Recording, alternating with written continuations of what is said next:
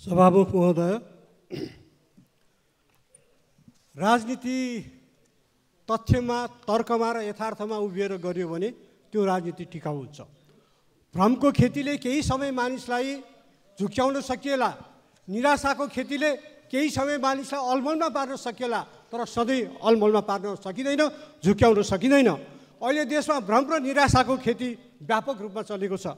त्यसको लागि कतिपय सञ्चार माध्यममा घुसपैठ गर्ने र खास गरेर डिजिटल सञ्चार माध्यमहरू, फेसबुक जस्ता माध्यमलाई उपयोग गर्ने चलन पनि चलेको छ।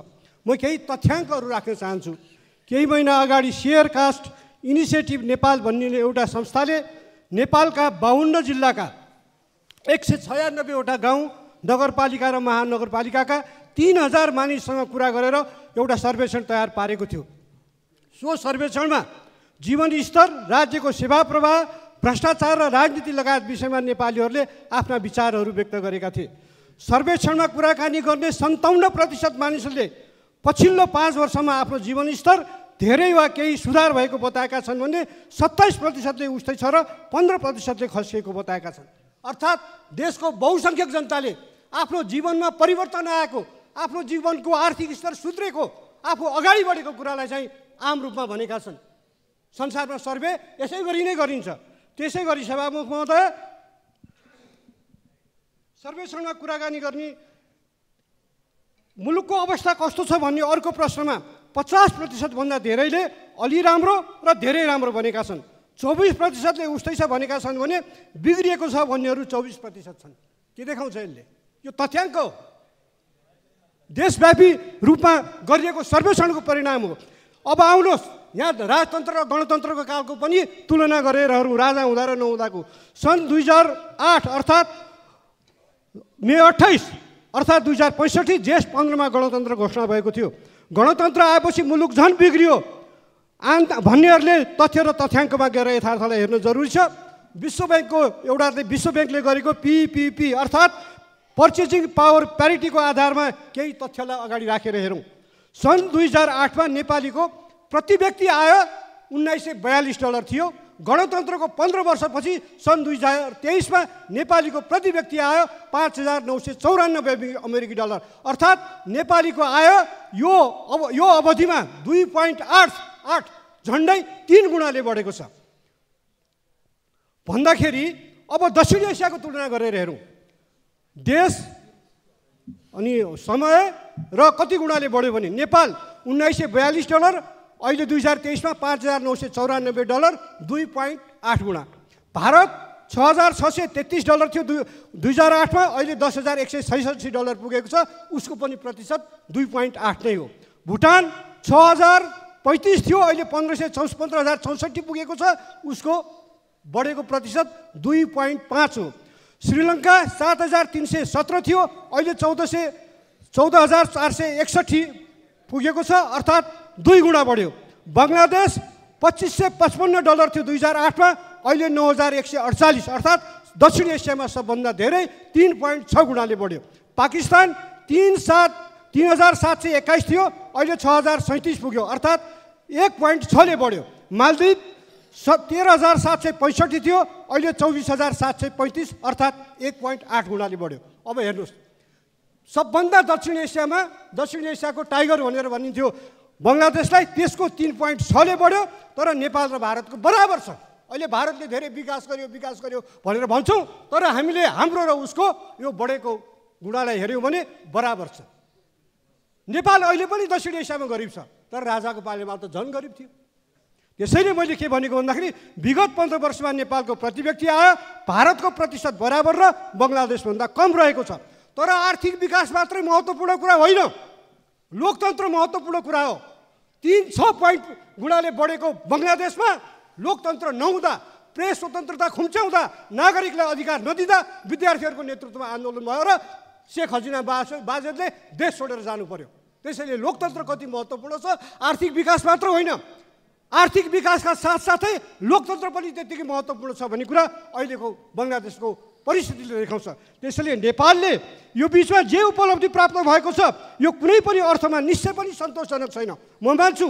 तर राजाको 30 वर्ष पञ्चायती शासनकाल र अहिले दक्षिण एसियामा नेपालको प्रति व्यक्ति आय त्यो बेला नि कम थियो, तर तुलना गरेर हेरौँ धेरै धेरै धेरै डेभलप भएको छ। म आज देशमा महिलाहरूको लागि तपाईँ भन्नुहोस्, अब 2008मा एउटा अर्को तथ्याङ्कलाई हेरौँ, 2005मा कुल गार्हस्थ्य उत्पादन नेपालको जम्मा 8 अर्ब डलर थियो, अहिले 2023मा 44 अर्ब डलर पुगेको छ। तुलना गर्ने राजाको शासन र अहिलेसँग, त्यसैले तथ्यमा जाउँ।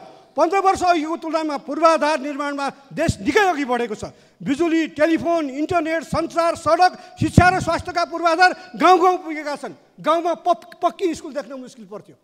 आज बरु विडम्बना के भएको छ भन्दाखेरि स्कुलहरू करोडौँको लागतमा बनेका छन्, विद्यार्थीहरूको कमी छ। पर्याप्त प्रशस्त छ, चाहना धेरै छन्, तर केही भएन भनेर गलत भाष्य जुन बनाउन खोजिँदैछ यो आफैमा आपत्तिजनक छ। म धेरै कुरा भन्न चाहन्न। आज होइन, आज हाम्रो चाहिँ देशमा हेरौँ, साउथ एसियामा र संसारको कतिपय देशमा भन्दा महिलाहरूको 33% संसदमा सुरक्षित छ, जुन अहिलेसम्म भारतले पनि गर्न सकेको छैन। गर्छु भनेर बसिरहेको छ, गर्न सकेको छैन। स्थानीय निकायमा 40% स्थानीय निकायमा आरक्षण छ, समावेशी राजनीति छ। अनि हामीले यो सबै देख्नु पर्दैन। यो देशले राजाको ठाउँमा तराईमा बालककालमा भैँसी चढेर गोठालो जाने पढेर डाक्टर भएको पहिलो तराईको भूमिपुत्रलाई नेपालको राष्ट्रपति बनायो। के बिग्रियो? त्यसपछि आएर पहाडकी भोजपुरकी एउटी सामान्य परिवारकी छोरी मुलुकको राष्ट्रपति भइन्, के बिग्रियो? र आज आएर तनहुँको एउटा सामान्य ब्राह्मण परिवारको मान्छे राष्ट्रपति भएको छ, के बिग्रेको छ? अनि भोलि कुनै पूर्वको राई लिम्बू, पश्चिमको कुनै गुरुङ, तराईको कुनै थारू, कुनै दलितको छोरा राष्ट्रपति हुँदा इज्जत जान्छ? जाँदैन। हिजो सामन्तवादको खुट्टा टाउकोमा राखेर पाउ मोल्नेहरूलाई गरिब जनताको छोरा राष्ट्रपतिको कुर्सीमा बसेको असह्य भएको होला। सामन्तवादको ग्लानीले अरे यो बुढी बाख्रीको छोरा जस्तो तनहुँको बाहुनलाई के राष्ट्रपति मान्नु, त्यो भोजपुरकी विद्या भण्डारीलाई के मान्नु, त्यो तराईको मधेसीलाई के राष्ट्रपति मान्नु भन्ने पीडा बोधले आज राजा चाहियो भनेको छ। राजा किन चाहियो? राजतन्त्रको इतिहास हेरौँ। आफ्नै वंशको बहादुर शाह जसले पृथ्वीनारायण शाह पछि नेपाल एकीकरणमा महत्त्वपूर्ण भूमिका खेले, नेपालको सिमाना बढाउन खोजे। तिनलाई अब इतिहासकारहरू फरक कुरा हुन्छन्। तिनलाई तेल सर्केर जेलमा मारियो भन्छन्, काका भतिजा र देवर भाउजूको लडाइँमा, कोहीले चाहिँ आत्महत्या गर्न बाध्य बनाइयो भन्छन्। अनि रणबहादुर शाहको उपद्रव हेरौँ। दरबारको द्वन्द्वले गर्दा, जेठी र कान्छी रानीको लडाइँले गर्दाखेरि भीमसेन थापा र दामोदर पाण्डे जस्ता देशभक्त भारदारहरू काटिए। त्यसपछि आएर हेरौँ, राजेन्द्र विक्रम शाहको पालामा कसले कोतपर्व घटायो? जेठो युवराजलाई मारेर त्यसलाई हटाएर आफ्नो छोरालाई युवराज बनाउन कान्छी रानी राज्यलक्ष्मीले षड्यन्त्र गर्दाखेरि कोतपर्वको जन्मेको होइन, जहाँबाट 104 वर्षको राणा शासनको बीजारोपण भयो। त्यसपछि आएर हेर्नुहोस्, त्रैलोक्य विक्रमलाई युवराज सधैँ कसले बिख खुवाएर मार्यो दरबारमा? के कुनै जनताले गरेको थियो षड्यन्त्र? त्यसपछि आएर त्रिभुवनमा हेर्नुहोस्, दिल्ली त गए, तर दिल्लीको कलकत्तामा क्लबहरूमा चाहिँ राजा वीरेन्द्रले विभिन्न थरीका आइमाईहरूसँग रसरङ्ग मचाउन थालेपछि त्यस बेलाको स्टेट्सम्यानदेखि भारतीय पत्रिकाहरूले टिप्पणी गरे के हो, र नेहरूले बाध्य भएर इन्डियाको प्रधानमन्त्रीले बोले यो नेपालको राजाको तरिका ठिक भएन भनेर। राजा त्रिभुवनले काँधमा बोकेर देशमा ल्याएर राजा बनाइयो। त्यो लोकतन्त्रलाई उनका छोराले खोसे, महेन्द्रले खोसे। आज हामीले यो बोल्न दिनु सभामुख महोदय, आफ्नो टाइममा बोल्नुहोस् न, किन मान्य सदस्य के को लागि उठ्नु भएको छ? के कुन नियम, के नियम? म इतिहासबाट साबित गरेर देखाइदिन्छु। इतिहासका पुस्तक पढेर। मान्य सदस्य, मैले यहाँलाई समय दिएको छैन, त्यसैले आसन ग्रहण गरेर बसौँ र मान्य सदस्य अगाडि बढ्नुहोस्। इतिहास पढेर आउने, मसँग बहस गर्ने भने इतिहास पढेर आउने, जुम्लामा हाउ गरेर आएको जस्तो होइन। इतिहास पढेर आऊ, बहस गर्ने भने आउनुहोस् न पढेर। मान्य सदस्य आसन ग्रहण गरौँ र मान्य सदस्यलाई बोल्न दिनुहोस्। मैले बोलेको इतिहास गलत हो भने इतिहासका पुस्तक पढाएर। मान्य सदस्य समय लिएर बोल्नुपर्छ, त्यसले गर्दाखेरि मान्य सदस्यलाई मैले समय दिएको छैन, त्यसले आसन ग्रहण गरौँ र मान्य सदस्य बोल्नुहोस्। के भन्नु पाइन्छ मलाई थाहा छ। मान्य सदस्यहरू, यहाँ मैले बोल्न पाऊँ सभामुख महोदय, मेरो गएको समयको हिसाब होस्, यो डिस्टर्ब भएको समयको, यो मेरो समयको डिस्टर्ब। मान्य सदस्य आसन ग्रहण गरेर बसौँ।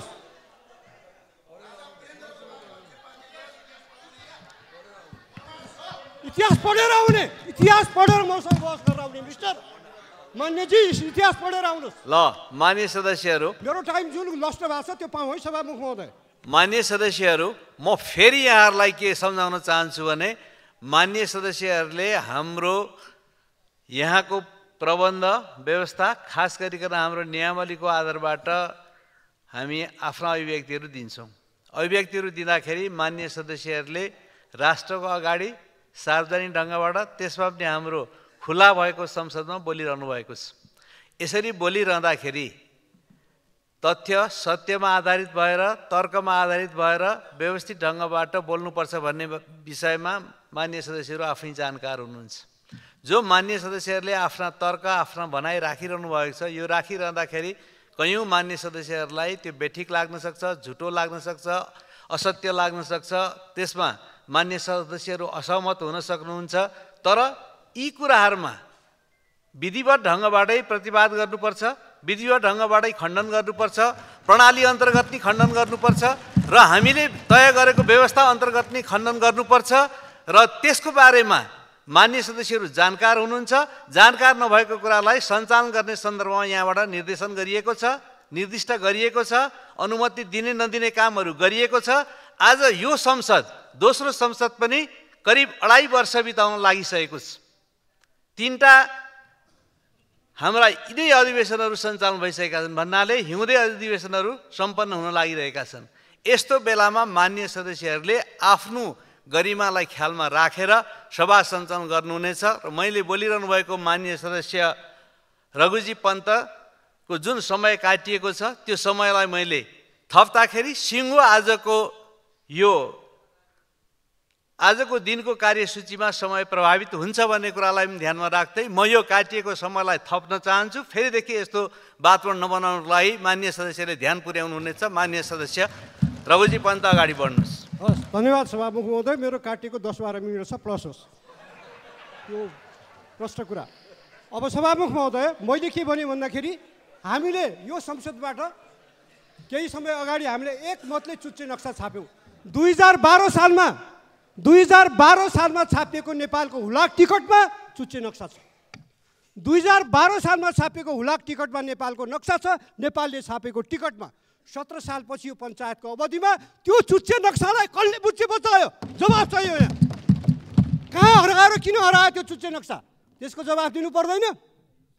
अनि यो संसदले फेरि हाम्रो यही गणतन्त्र आएपछि यो संसदले एसोर्ट गर्यो, आफ्नो पुरानो नक्सा खोज्यो र त्यसलाई पुनर्स्थापित गर्यो। अनि यो चाहिँ राष्ट्रियता कमजोर भएको हुन्छ। तपाईँहरू जुलुस निकाल्नुहुन्छ राजावादीहरूको भनेर, त्यहाँ यसो हेऱ्यो सबभन्दा तल देश, देशभन्दा माथि नरेश, नरेशभन्दा माथि योगी र उत्तर प्रदेश। यही हो देशभक्ति? देशभक्तिको नमुना यही हो। त्यसैले सभामुख महोदय, म भन्छु राजा महेन्द्रको पालामा राजतन्त्रकै पालामा सक्रिय राजतन्त्रको पालामा नेपालको चुच्चे नक्सा हरायो। त्यति मात्र होइन, नेपालको लोकतन्त्र पनि हरायो। 17 सालको काण्ड गरेर सम्पूर्ण नेताहरूलाई प्रवासमा पठाइयो, जेलमा 10औँ वर्ष हालियो। त्यसैले मैले के भनेको इतिहास फर्केर हेरौँ। अब आउनुहोस्, 46 सालमा आन्दोलन गऱ्यौँ, हामीले प्रजातन्त्र अथवा बहुदलीय प्रजातन्त्र बहुदलीय लोकतन्त्र स्थापना गऱ्यौँ। हामीले हामी गणतन्त्रवादी एमालेहरू, तर हामीले सम्झौतामा के मान्यौँ भने ठिक छ संवैधानिक राजतन्त्र मानेर जाने। त्यो संवैधानिक राजतन्त्र कसले उल्टायो? त्यो उल्टाको राजा ज्ञानेन्द्रले असोज 18 र माघ 19 गरेर होइन। अनि राजतन्त्र के को लागि चाहियो? त्यसैको लागि। अनि युवराज दसैँ र तिहारको बेलामा लुकेर बनाइयो पारसलाई। त्यसपछि युवराजले के गरे? एउटा गीत गाएर घर फर्किरहेको कलाकार प्रवीण गुरुङलाई नारायणहिटमा मोटरसाइकलमा गइरहेको बेलामा पछाडिबाट गाडीबाट लखटी किचाएर मारे। के यो पनि झुटो? अनि जब हल्ला खल्ला भएर मुद्दा चलाउनु पर्ने कुरा उठ्यो, त्यसपछि एउटा भुजेल खडा भयो, नक्कली उसले चढाइरहेको थियो गाडी भनेर। यही होइन राजतन्त्रमा भएको नमुना, कानुनको शासन? त्यसैले नेपाली जनतालाई राजतन्त्र चाहिएको होइन। र सभामुखज्यूको गम्भीरतापूर्वक एउटा ध्यान आकर्षण गर्न चाहन्छु। नेपालको अहिलेको संविधानले राजतन्त्र चिन्दैन। राजतन्त्र चिन्दैन, त्यसैले त्यो विषयमा संसदभित्र छलफल गर्न पाइँदैन। त्यसले गणतन्त्र मात्र चिन्छ। राजतन्त्र इतिहासको विषय भइसक्यो। संसारमा धेरै राजतन्त्र इतिहासको विषय हुन्छन्, किनभने राजतन्त्र भनेको विशेषाधिकार हो। राजतन्त्र भनेकै आफैमा विशेषाधिकार हो। त्यसैले संसारको राजनीतिको प्रवाह गणतन्त्र हो। नेपालमा गणतन्त्र आउनु पर्थ्यो, आयो। अब पुनर्स्थापना भन्नेले त्यसो सोधौँ न, किन राजतन्त्र शाहवंश? त्योभन्दा अगाडिको मल्ल किन नल्याउने? तिनको पनि त हक लाग्ला। त्योभन्दा अगाडिका लिच्छवी किन नल्याउने? त्योभन्दा अगाडिका किराँतहरूले किन पुनर्स्थापनाको कुरा नगर्ने? त्योभन्दा अगाडिका महिषपाल वंशीले किन पुनर्स्थापनाको कुरा नगर्ने? त्योभन्दा अगाडिका गोपाल वंशीले किन पुनर्स्थापनाको कुरा नगर्ने? कुन राजतन्त्रको कुरा? इतिहासमा त थुप्रै राजतन्त्र छन्। संसारको इतिहासमा थुप्रै राजतन्त्र आउँछन् जान्छन्। यो समयको प्रभाव हो। यो गणतन्त्र आजको युगको सत्य हो। सभामुख महोदय, म सम्पादक थिएँ। मलाई कुन बेला जेल लाग्छ मलाई थाहा हुन्थेन र मलाई जेल जाँदाखेरि मलाई के अपराधमा जेल लग्यो त्यो थाहा हुँदैन थियो। कतिसम्म भयो भने उहाँहरू राष्ट्रियताको ठुलो कुरा गर्नुहुन्छ। म रातो युगधाराको सम्पादक थिएँ। के भयो भन्दाखेरि पूर्व पश्चिम राजमार्ग कम्प्लिट भएको थिएन। महाकाली पारीका 18वटा पुल माने टेन्डर गर्दाखेरि चिना कम्पनीलाई पर्यो र त्यो चिना कम्पनीलाई परेको पुल उल्टाउँछ। अब त्यो चाहिँ बाह्य दबावमा उल्टाइँदैछ भनेर मैले समाचार लेखे बापत मलाई अञ्चलाधीश कार्यालयमा बोलाएर बयान लियो। नभन्दै त्यसको केही दिनपछि त्यो 18वटा पुलको निर्णय उल्ट्यो। यही होइन देशभक्ति? यही होइन राजतन्त्रको देशभक्ति? यो त प्रमाण हुन्। गएर अखबार पढे हुन्छ त्यस बेलाको। त्यस बापत मुद्दा खेप्ने, त्यस बापत अञ्चलाधीश कार्यालयमा गएर बयान दिने मान्छे बन्यो। म दृष्टिको सम्पादक थिएँ। अञ्चलाधीश कार्यालयबाट सेन्सर गर्ने एउटा शाखा अधिकृत खटाइयो। उसले सेन्सर गर्यो। उसले सेन्सर गरेर हरेक हप्ताको अखबार उसले काटेको छ। मैले के लेख्दिने गर्दै आएको थिएँ भने त्यो बेलाको फाइल पल्टाएर हेरि हुन्छ। यो पङ्क्ति अञ्चलाधीश कार्यालयले सेन्सर गरेको हुनाले यो ठाउँ खाली छ भनेर मैले त्यस्तै पठाइदिन थालेँ। त्यसमा अञ्चलाधीश कार्यालयले आपत्ति गर्यो। मैले मानिनँ। अनि त्यही दृष्टिका अङ्कहरूको आधारमा मलाई राजकाज मुद्दा चलाइयो। अनि बयान लिए कसले? नरेन्द्र कुमार चौधरी भन्ने एकजना अञ्चलाधीश चाहिँ रणबहादुर चन्दजी त्यो बेला डिआइजी हुनुहुन्थ्यो।